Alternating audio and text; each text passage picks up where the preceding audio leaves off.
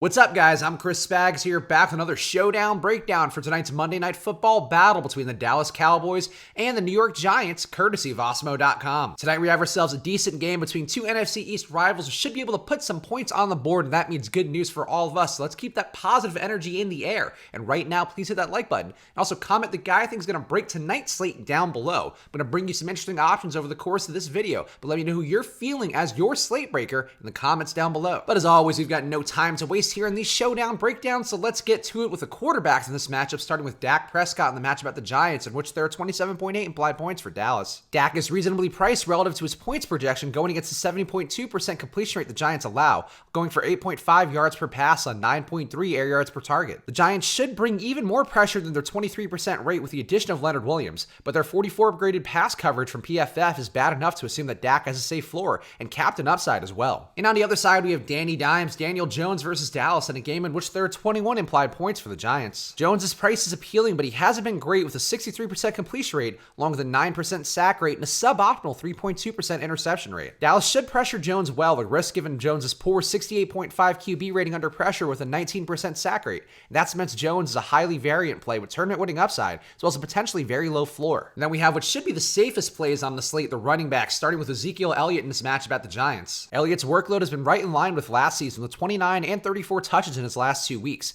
And while the New York Giants run defense isn't bad with 4 yards per rush and a 73 run defense grade from PFF, Zeke should be able to bludgeon them with the high volume that he gets. Tony Pollard isn't totally out of play with 8 carries in their last game, but Zeke's role and 5 red zone rushes per game make Pollard a non-factor of a pivot, with Zeke having the floor to roster highly, as well as captain upside for him as well. And on the other side, we've got Saquon Barkley in this matchup versus Dallas. Saquon was up to 27 touches in week 8, and he projects as the safest play on the Giants by far, with a strong floor and the ability to break the slate as a captain in lineups where value succeeds as well. Dallas allows 4.2 yards per rush with a mediocre 70.3 run defense grade from PFF and a 9% DVOA decrease in production to pass catching running backs, so nothing here seems too onerous to fear rostering Barkley at high volume. Next up, we've got the wide receivers and the tight ends. Let's talk about these Dallas receivers at the Giants. Amari Cooper and Michael Gallup ran 28 and 26 routes respectively in their last game, and they project as similar values at their price points, with a deep discount for Gallup and more targets, plus more deep targets going Cooper's way, with 1.9 per game to Gallup's 0.8. Jason Witten is a lower owned, lower floor, lower ceiling play with 26.3 routes per game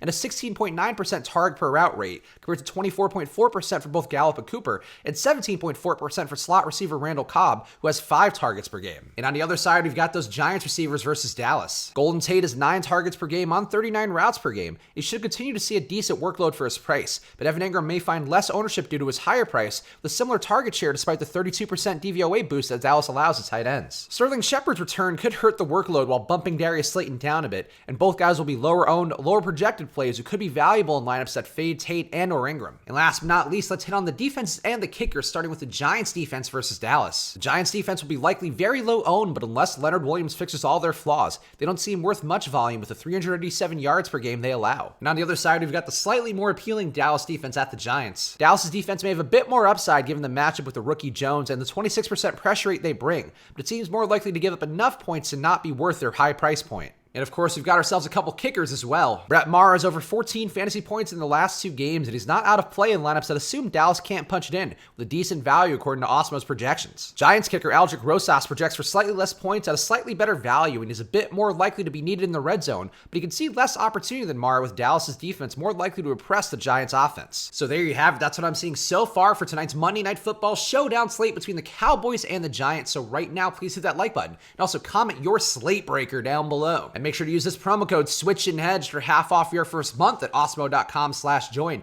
You get ownership projections and player projections right from Osmo himself, the top DFS player in the world. So go to Osmo.com/join and find a package that works for you. I'll be back on Thursday with another showdown breakdown, so tune in then. As always, thank you guys for watching. Hit that like button before you go, because the support does mean a bunch. And I'll be back with you guys again soon. So enjoy the game tonight, and good luck.